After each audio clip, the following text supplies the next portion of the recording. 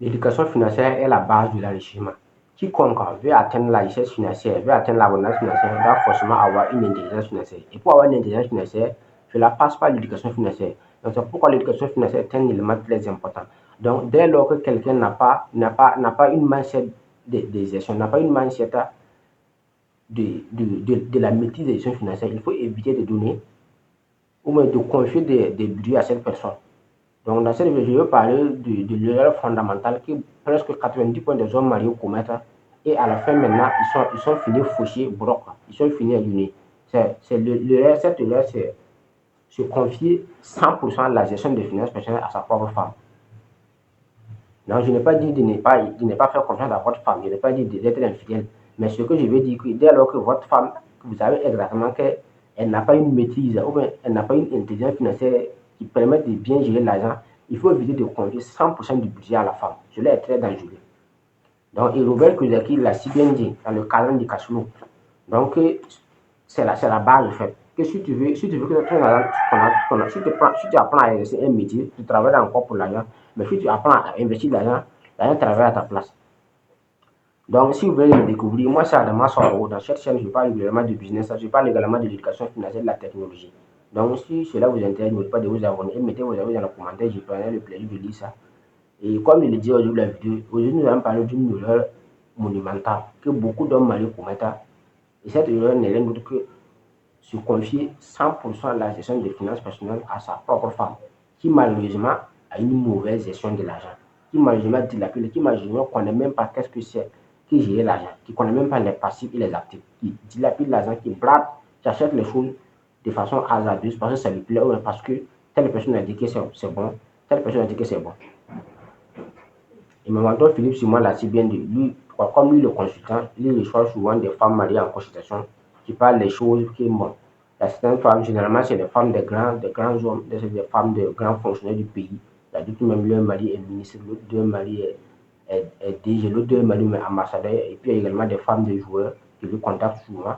Et lui, il se rend compte que le problème même, c'est le gars. Puisqu'il a confié 100% de la gestion de l'argent à la femme. Et comme il a fait ça, la femme aussi, n'ayant pas une éducation financière de base, elle ne sait pas absolument de quoi investir.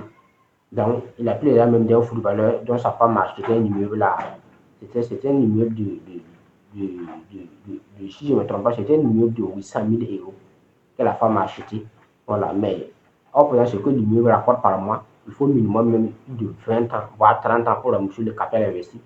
Donc, en faisant, la femme était contente d'avoir fait un bon investissement. Donc, tout ça, c'est parce qu'elle ne sait pas. C'est parce qu'elle n'a pas une éducation financière de base qui fait qu'elle commet ces gens de l'heure. Souvent, ce sont des terrains qu'elle va aller acheter au hasard parce que telle personne a dit que ça va prendre de la valeur. Elle va mettre 100 millions ou 200 millions dans le terrain. Et voilà. Bon, chose normale, puisque l'argent, non seulement c'est pas, elle n'a pas du souvent pour gagner de l'argent, c'est l'argent qui vient directement de son mari. Donc, chose normale. Donc, c'est beaucoup de personnes ont commis cette erreur-là de confier 100% de la gestion des finances personnelles à leur femme. Et la femme aussi, n'ayant pas une éducation financière de base et de Dieu, n'ayant pas souvent pour avoir de l'argent, passe son temps maintenant à brader l'argent maintenant dans les investissements bizarres. Soit en achetant des terrains au hasard, soit en lançant un business. Quelqu'un, son ami peut nous parler d'un business, que ouais, ce business-là, ça marche. Il y a même un cousin qui fait ça et puis ça marche réellement. Et elle aussi, elle se lève, elle pique dans le compte de son mari, 10 millions, 20 millions, elle part investir, et boum, ça capote. Et demain encore, quelqu'un devrait venir encore avec un terrain de 20 millions ou un terrain de 50 millions, et voilà.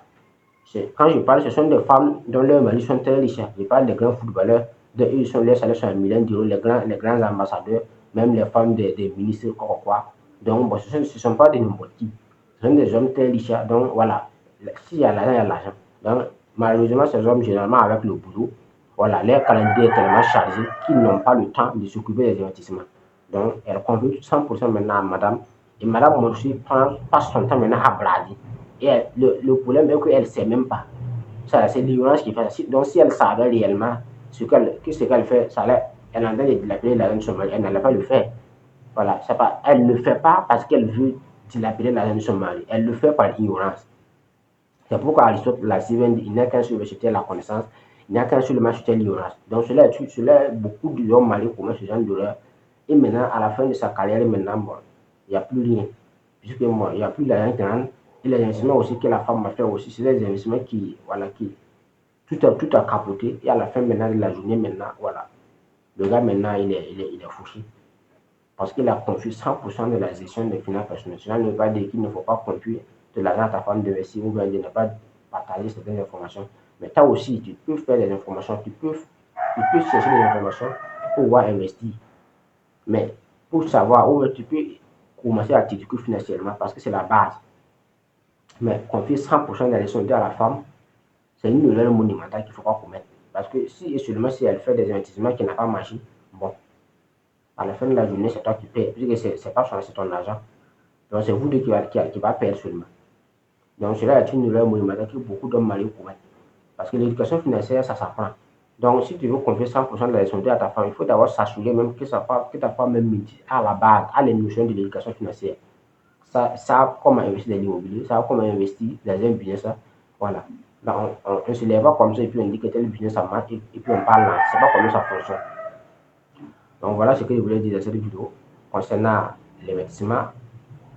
Voilà, concernant l'erreur monumentale que beaucoup de mariés commettent. Et voilà, si la vidéo vous a plu, n'oubliez pas de mettre votre avis dans les commentaires. Et si cela vous a offensé, voilà, je vous prie de m'excuser, voilà, énormément. Voilà, je suis un humain, voilà, donc ça peut arriver dans la vie. Voilà, que voilà, donc, comme je dis, c'était Adama Soro, si vous voulez, et la vision qui vous transforme.